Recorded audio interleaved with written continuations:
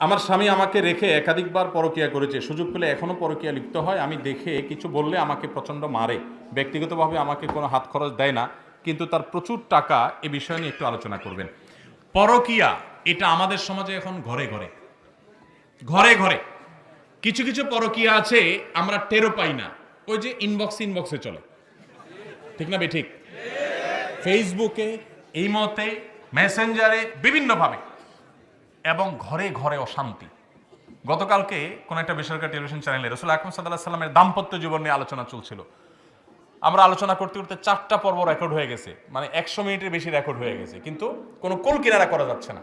পরে উপস্থাপক এর সাথে আলাপ হচ্ছিল, উনি বলছিলেন যে আমরা তো মনে করলাম এক পর্বে শেষ করা যাবে, কথা তো শেষ হচ্ছে না। নবী সাল্লাল্লাহু আলাইহি সাল্লামকে তার জীবনে কি আমরা যে চিত্রায়িত করি, আমরা মনে করি তিনি শুধু যুদ্ধ বিগ্রহ করেছেন, তিনি শুধুমাত্র জিহাদ করেছেন, রাষ্ট্র পরিচালনা করেছেন। তার দাম্পত্য জীবন যে কত সুখের, কত সমৃদ্ধির, এবং আমাদের জন্য কত শেখার, সেটা আমরা অনেকে জানি না। তো নবী করিম সাল্লাল্লাহু আলাইহি সাল্লামের সে আদর্শ যদি আমাদের সমাজে আজ প্রচার করা যায়, সমাজে পরকীয়া বন্ধ হবে। কিন্তু আপনারা জানেন, ওই যে একটু আগে আমি আলোচনা করেছি, সংস্কৃতির নামে আমাদের দেশে এখন পরকীয়াকে আমদানি করা হচ্ছে। নাটক, সিনেমাতে রীতিমতো বিভিন্নভাবে পরকীয়াকে স্বাভাবিককরণের চেষ্টা করা হচ্ছে। মানে এটা কোনো দোষের বিষয় না। আজ থেকে 20, 30, 40 বছর আগে দেশে বিবাহ বহির্ভূত সম্পর্কের কথা কেউ মুখ দিয়ে বলার সাহসও করত। আর এখন জিএ, বিয়ে, এই কালচার এমন ভাবে এটাকে সহজ করে ফেলা হয়েছে যে এটা কোনো দোষের বিষয় না, একেবারে এটা ডালভাত করে ফেলা হয়েছে। ঠিক একইভাবে পরকীয়াকে স্বাভাবিকরণ করা হচ্ছে। এই জন্য ঘরে ঘরে অশান্তি। যতগুলো বিবাহ বিচ্ছেদের ঘটনা ঘটে, যতগুলো তালাক হয়, যতগুলো সংসার ভেঙে খান খান হয়, এর অর্ধেকের বেশি ঘটে এই পরকীয়ার কারণে। আল্লাহ তাআলা পরকীয়া থেকে আমাদেরকে বাঁচার তৌফিক দান করুন। যে সমস্ত মানুষ পরকীয়া লিপ্ত, তারা জানে না ইসলামের সবচেয়ে ডেঞ্জারাস শাস্তি, সবচেয়ে ভয়াবহ শাস্তি, সবচেয়ে কঠিন দণ্ড ইসলাম রেখেছে কোথায়? এই পরকীয়া লিপ্ত হয়ে জেনা করলে মর্মান্তিক ভাবে, অত্যন্ত কঠোর ভাবে তাকে তিলে তিলে মৃত্যুদণ্ড কার্যকর করতে বলা হয়েছে প্রস্তরাঘাতে। কঠিন একটা বিষয়। এটা এই জন্য করা হয়েছে যে পরকীয়া যদি ব্যাপক হয়ে যায়, আজকে পশ্চিমা দুনিয়ার সন্তান কেন হচ্ছে না?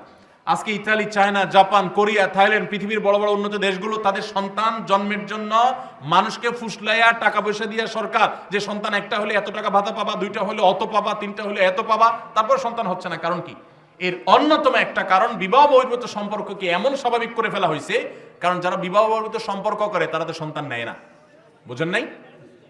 এই টেন্ডেন্সি সমাজের ভিতরে প্রতিষ্ঠিত হয়ে গেছে। এই জন্য যারা এই কাজে লিপ্ত, তারা আল্লাহকে ভয় করেন, এবং এটা সবচেয়ে বড় অপরাধ।